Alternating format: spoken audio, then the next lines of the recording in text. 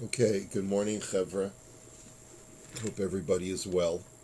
Let's start Siman Vav, which is chapter 6. So we've accomplished a lot so far since we began this shir at the beginning of the pandemic. We've covered a lot of ground. Um, so let's keep going. This is Dine Hefker Vahasagas Gavul, the laws of making something ownerless and the laws of encroachment. Now, excuse me 1 sec.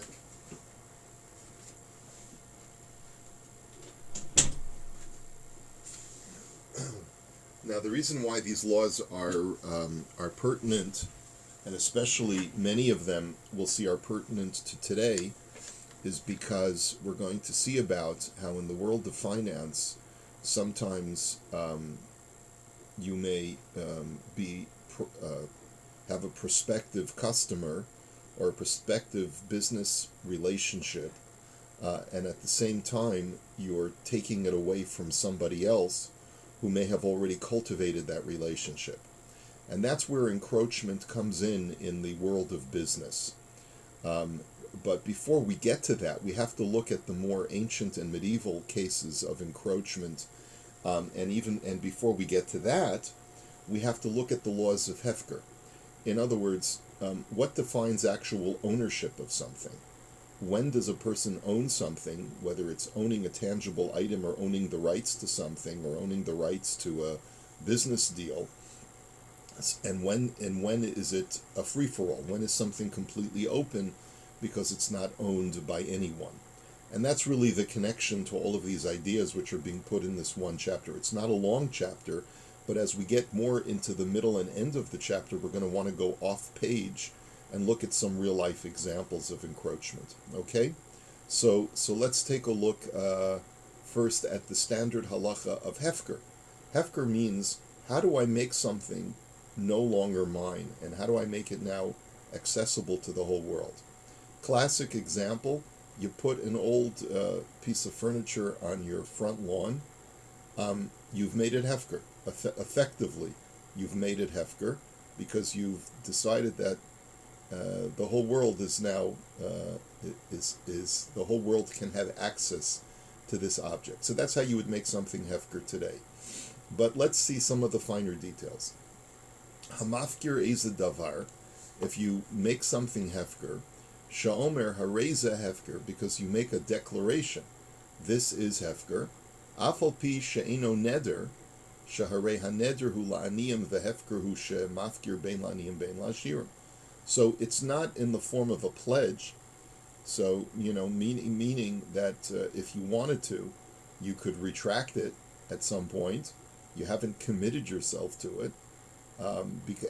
Because the definition of a neder, a pledge, is when you pledge to give something to a specific party to the exclusion of another party. So if I make a pledge to give something to tzedakah, so then I cannot retract that pledge. I have to, once I make the pledge, I'm obligated to follow through with it. And Hefker is a different mechanism. Hefker is where I declare something to no longer be mine, so that it's open to everybody. So, and therefore, the imhifkir la'aniyim bilvad eno hefker, and therefore, if I say that a certain property of mine is hefker, but only for the poor, I'm making this hefker, but to the poor. So I put up a sign that says, if you need food, come and take it. And all of a sudden, a guy with a fancy Escalade pickup truck comes and starts loading up his truck, so he says, free food. And I say, no. I only made it Hefker for people who were needy. There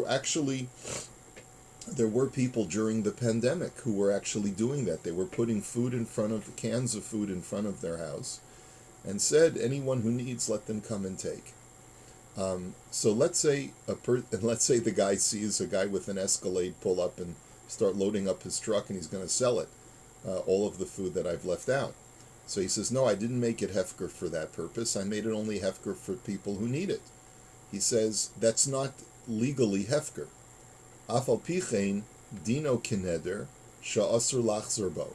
So as far as as far as it concerns the guy that pulled up in the Escalade, if the guy says, I didn't leave it for you, I only left it for the poor, so then he's not allowed to take it.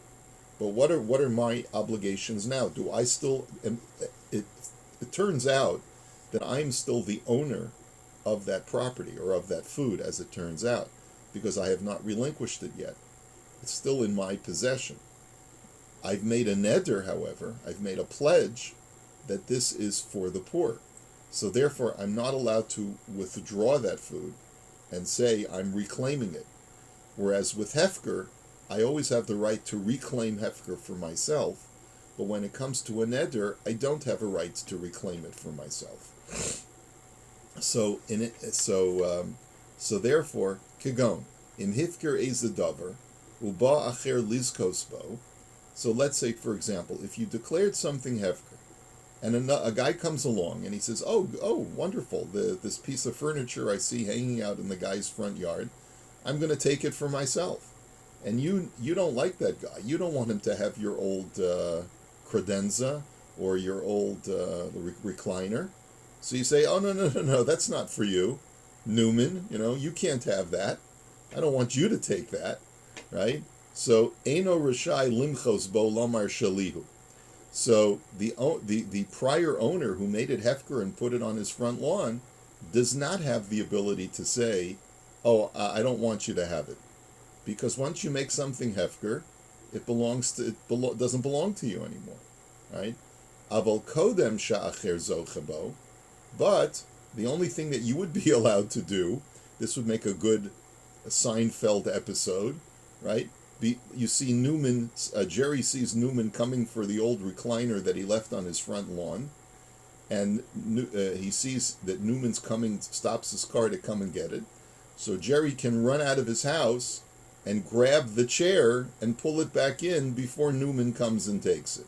Rashaihu atzmo lizkosbo kishar zocha min ha'hefker. Right? He says, yes. So Newman says, but why'd you leave it on your front lawn? I left it on my front lawn because I wanted someone who has a nice home to give it a good home. But I don't want my recliner to go in your home, Newman, right? And so as long as Jerry gets a hold of the recliner before Newman grabs it, so Jerry can take it from Hefker just like anyone else can take it from Hefker. But if Newman took a hold of it before Jerry got outside, so then halachically it belongs to Newman, and Jerry can't protest because he made it Hefker. It wasn't his. Okay. So the distinction that the Rav Shulchan Aruch is making is between a neder, a pledge, when you direct it, when your objective is to give it to one specific party to the exclusion of another party, versus Hefker, where you are relinquishing ownership of it. You no longer have control over whom is going to claim that item for themselves. By definition, you're making it not yours. Okay, so there's a lot of details behind this halacha that the Imrei Yaakov is going to point out to us. Okay, Sha'omer Hareza Hefker. So if you make a declaration that this item is Hefker, so the Imrei Yaakov starts off by saying, Mashma da'afim lo amar yihye hefker nami mo'il, aval yesh omrim de'eno mo'il rakim omer yihye hefker. There are some people who say that you have to make a statement of it is becoming Hefker, or it shall be Hefker. To say that it is Hefker for some people is insufficient. You have to make it almost like a transitional statement that it is transitioning from mine to becoming Hefker. So it sounds like the Rav Shulchan Aruch is not hung up on the language, as long as you say that it's Hefker. And by the way, doing something like wheeling it out to the front of your lawn is tantamount to making a declaration of Hefker. By doing an action that demonstrates that you don't want it anymore, then it's also Hefker. And if you look at the Likutim, He says, Hamafgir nechleku haposkim yachol lahafgir davar shelo bala olam. Can I declare something which has not yet come into existence? Can I declare it to be hefker? Now, what does this mean? Can I declare something that has not yet come into existence hefker? Well, let's say I own an orchard, and it's in the middle of winter, right? It's January, and I want to say that my harvest, that's not going to appear until the spring, I hereby declare it to be hefker. Can you make that declaration such that anyone will be able to come onto your field and to harvest the fruits? So that's a machlokas in the poskim, and he says the b'shailas etshuvas habach svirle the yachol lahafkir davar shelo bala olam aval hamarit v'haktzos hachoshen svir lehu di'ef shalahafkir davar shelo bala olam o eno birshuso ulam lekule alma mahani hefker la'acher zman. So it's a machlokas, but everyone agrees that once the item has come into existence, you are allowed to declare it to be hefker. Okay, and anything can be made hefker. Bein metaltalin, bein karkos. You can make both chattel and real estate. You can make them both hefker.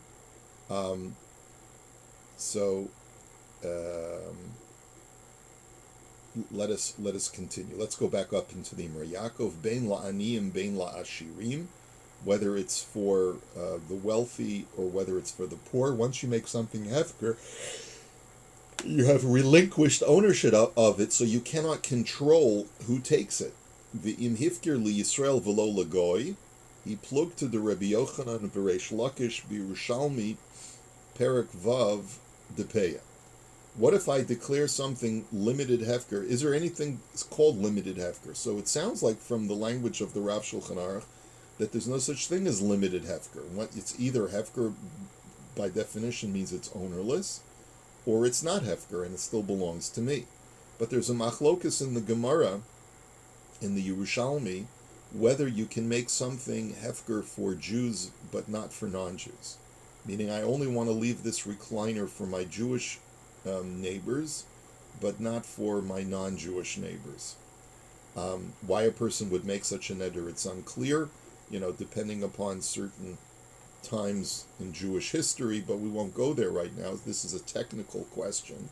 He says, "Uvashailas uchuvas no de biyehuda kasav de halacha karesh lakish de boinen hefker gam la'akum," and the no de biyehuda, who's a very important later posek, Rav Yecheskel Landau of the 18th century, says that we paskin like Reish Lakish, that in order for something to be hefker, it has to be hefker to the whole world, Jews and non-Jews alike.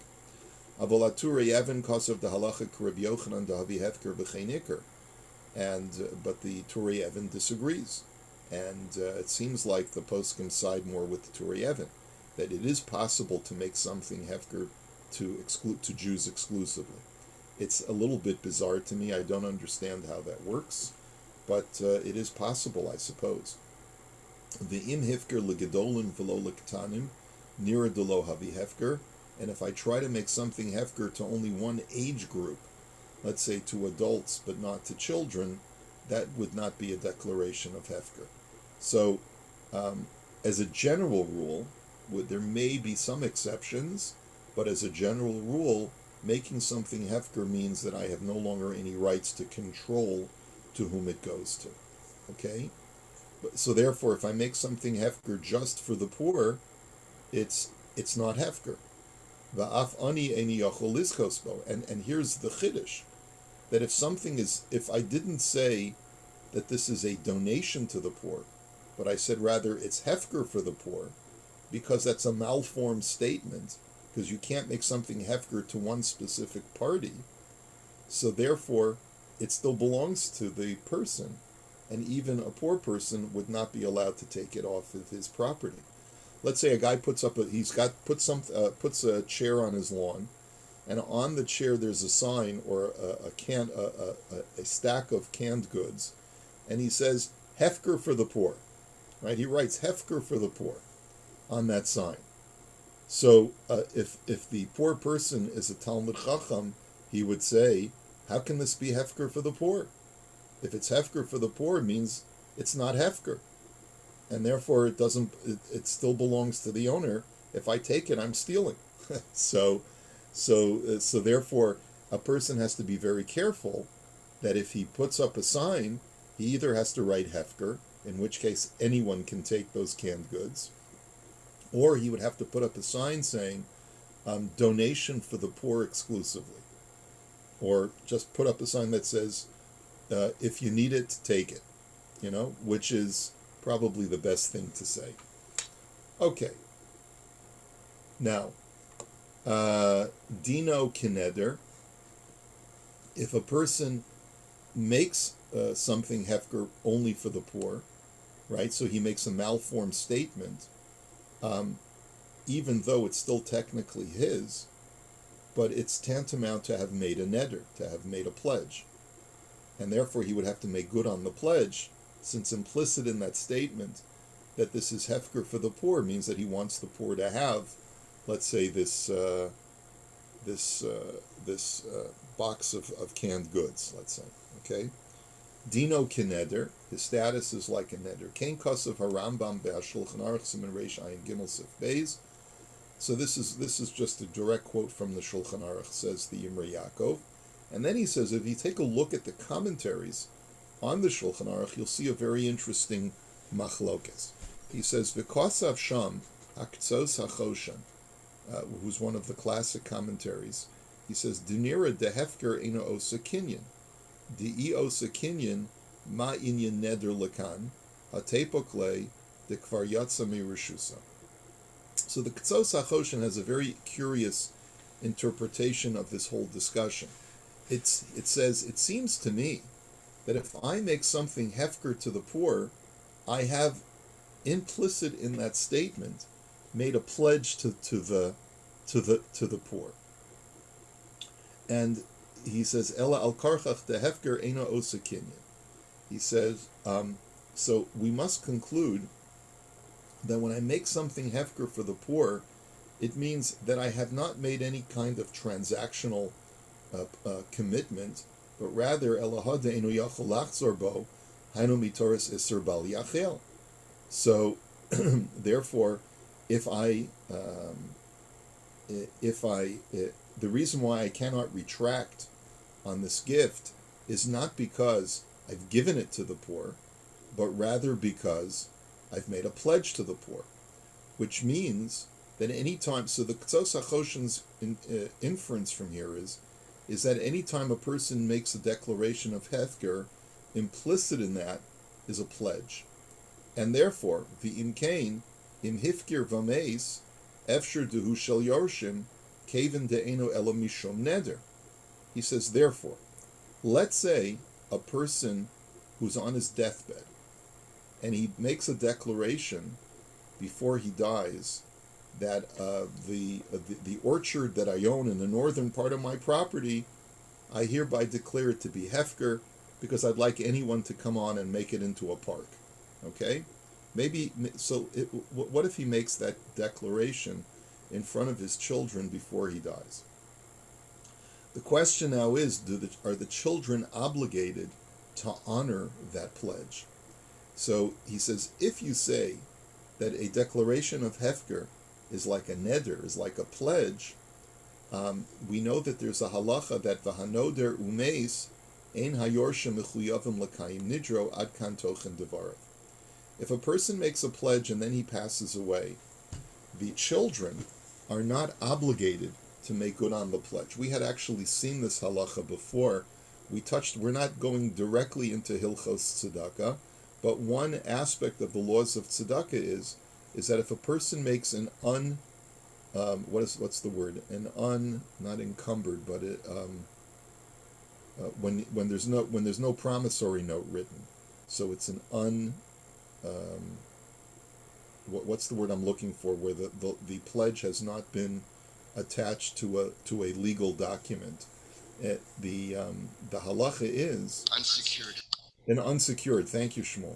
A person makes an unsecured pledge, right? And he makes a pledge to tzedakah.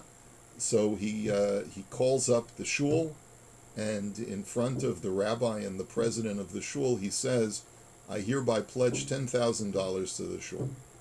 And then, unfortunately, shortly afterwards, he passes away. And the president and the rabbi go over to during the Shiva, they go over to the children, and they say, we want you to know that your father made a pledge to the shul of $10,000. And we'd like to know if we can come and collect it after the Shiva. And they say, well, it was an unsecured pledge. Is there any promissory note? Right? And if there's no promissory note, so halachically, the heirs can say that a neder, a pledge, is only obligatory on the person who made the pledge. It is not obligatory for the heirs to honor a pledge of the decedent. Okay? And so knowing that halacha, the question then becomes, what if a person on his deathbed declared something to be hefker? So the Choshen says that since every declaration of hefker, whether it's formed properly or not, is a form of a pledge, so then the heirs do not have to make good on that declaration of hefker. And therefore, if they don't want to give up the property to make it into an open park for the community, they're not obligated to do so. Okay, so that's one opinion of the Choshen. Ulam b'shailas utshuvas chasam sofer yoredei simin shin tes zayin hisigalav. The Chasam Sofer disagrees with the Choshen. Usvir le de bedibur ba'alma sha'omer hareini mafgir kavar niskayim haneder. If a person makes a declaration of hefker and declares a property to be ownerless, so then he's already fulfilled the pledge, ipso facto. There's nothing else that needs to be done. V'lo dami la'omer hareini mekabel alai litin kach la'aniyim v'meis. It's not like a pledge where a person says, I'm going to donate something to the poor, and then he passes away. She'ein banov mischayivim l'kayim nidra. That in the latter case, the children can say, it was our father's pledge, it wasn't our pledge, and therefore we're not obligated to use the inheritance money to fulfill that pledge. Because the neder was not placed upon specific assets. It's one thing if the decedent before he died says, I hereby donate my car to the poor. So the car is a specific object, and therefore the heirs have to make good on that pledge. But if he just says, I hereby pledge to give $10,000 to a charity, and then he passes away, the heirs do not have to make good on that pledge because it wasn't secured in any or attached to any specific property. Ella akarkafta didei, it was upon the decedent, it was his pledge, and once he dies, that pledge dissipates. V'chol zman shelo kiyem hu nidro, ein al habonim l'kaim, and as if a father made a pledge and he hasn't fulfilled it, the children have no obligation to make good on that pledge. Avol keshehifgir kvar himufkarim uchvar niskayim haneder. But if he declares a piece of property to be hefker, so then the children do not have a right to reclaim that item and say that it's not hefker.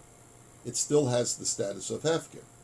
Now, the only thing they could do is that they could say, okay, it's hefker, but we're just taking it back for ourselves from hefker. But if, let's say, a person came along to that hefker item and said, well, if it's hefker, then I'm going to take it, and they're able to get it before the heirs get it, the heirs have no claim on the guy.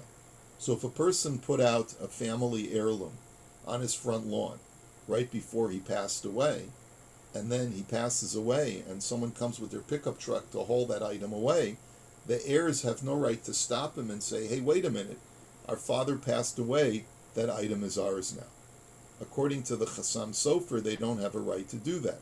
According to the Choshen, they do have a right to do that. So that's the machlokas between the two.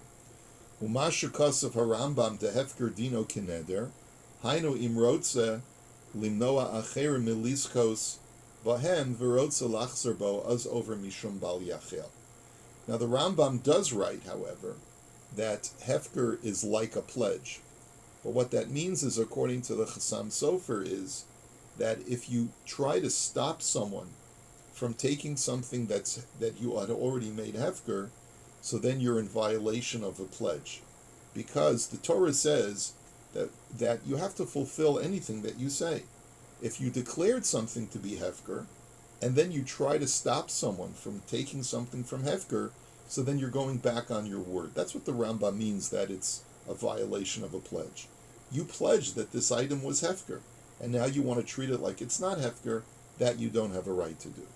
So anyway, so the bottom line is that when you declare something to be hefker, it is no longer yours, and therefore you have no longer a right to delegate how the hefker item can be used. This has ramifications for Yorshim, that once something is hefker, it's automatically hefker, and the Yorshim, the heirs, no longer have any control over that asset, unlike what the Ktsos HaChoshen is trying to argue. The only thing that the Yorshim would have a right to do is that they would have equal rights to claim whatever object was declared hefker by the decedent as the general public would. So if the heirs are able to get to that asset before the general public can, fine, they can take it just like anyone else can take it. But they have no more rights to it than anyone else in the general public. And furthermore, if a person does make something hefker, it would be an isser de oraisa for him to try to obstruct someone else now from being able to partake of it. Okay. Any questions or comments at this point? Okay.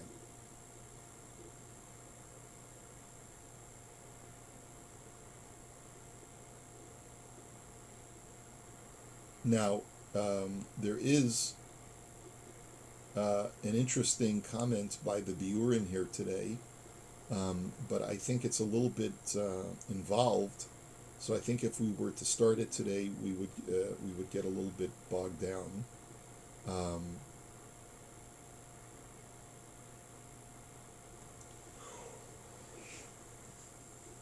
Maybe we'll just get started on it. Im hifker eza davar, if you make something hefker, kaimulan, the din Torah, afilu hifker bifnei echad hareza hefker. So the Shulchan Aruch writes as follows, that whenever you declare something to be hefker, midioraisa, it's no longer yours. Aval midivrei sofrim, eino hefker ad sheyafker bifnei shlosha. But the rabbis came along and they said that in order to guarantee something's hefker status, you're obligated to state so in front of 3 people to declare it to be hefker. Really, midioraisa, in order for something to be hefker, you don't really need 3 people present. You don't need to make it hefker in the public. But the rabbis required you to do so as an added measure. Now, whether or not putting something out on your front lawn is tantamount to saying it in front of 3 people, I think the poskim end up saying that it is. Although I don't have an actual text to prove that, but I can try and find it. But I seem to recall that once you put something out in the public, on the public, it's tantamount to stating to the entire world that I'm making something hefker. Uvishailas atshuvas chasam sofer or chaim simin samach gimel dan odos more echad.